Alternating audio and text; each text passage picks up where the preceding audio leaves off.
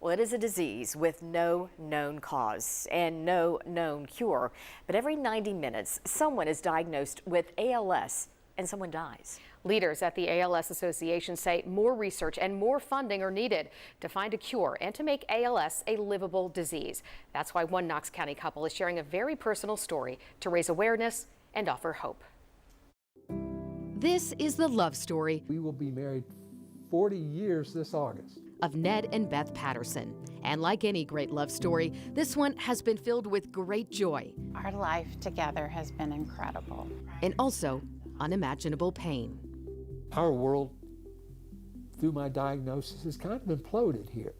Let's rewind this love story just a bit to the summer of 2017, when a common chore became more than just a chore.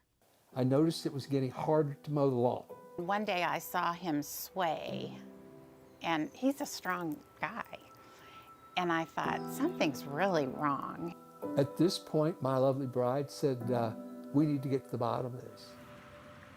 Beth Patterson got on the phone with the Mayo Clinic and made the plea of her life for the love of her life. Told them that Ned had an appointment in March. I said, but with these values and with his symptoms, I don't think he'll live that long. And I meant it.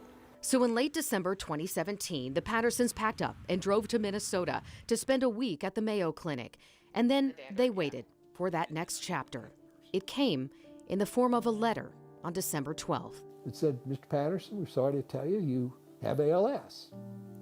And life expectancy at this point is 18 to 24 months. I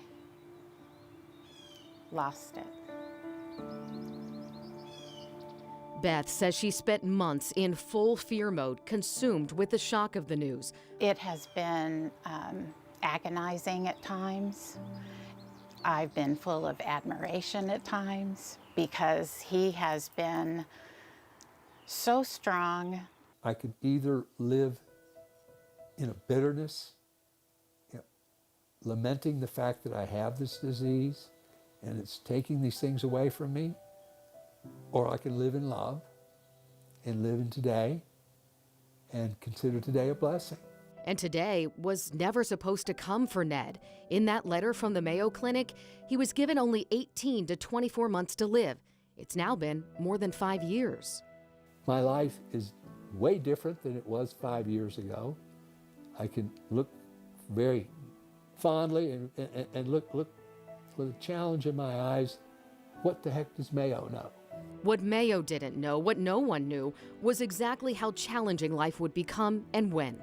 ALS is a progressive disease which steals the ability to walk, talk, eat, and eventually breathe. But through it all, the mind often stays crystal clear. The reality that my body may quit before my mind is ready to go, it's a scary thought. But if you live there, you're going to get paralyzed and not be able to function and fully live life. Got me a cool little seat. So what Ned is doing every single day is living life fully with gratitude and hope. Do my little Miss America up the stairs here. He says he's one of the lucky ones who can still talk years into the disease, still work, and still be present for his wife, daughters, and granddaughters. Pictures of my girls. Who are never far from view. Attitude's a choice. And you can either choose despondency or choose happy or choose love.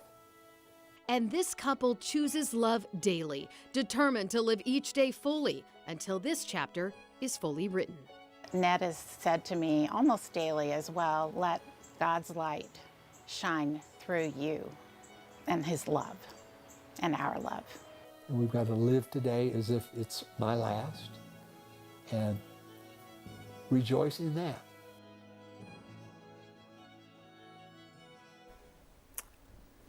Such a sweet story, sweet couple. That message, you know, you have a choice, and he chooses to love and to live each day. That's a lesson for all of us. And they're both so full of hope. Hope is never in short supply for them. They always have an ear out for word of new clinical trials. And one more interesting note here, both Ned and Beth actually took part in separate ALS challenges, including the Ice Bucket Challenge, long before the diagnosis.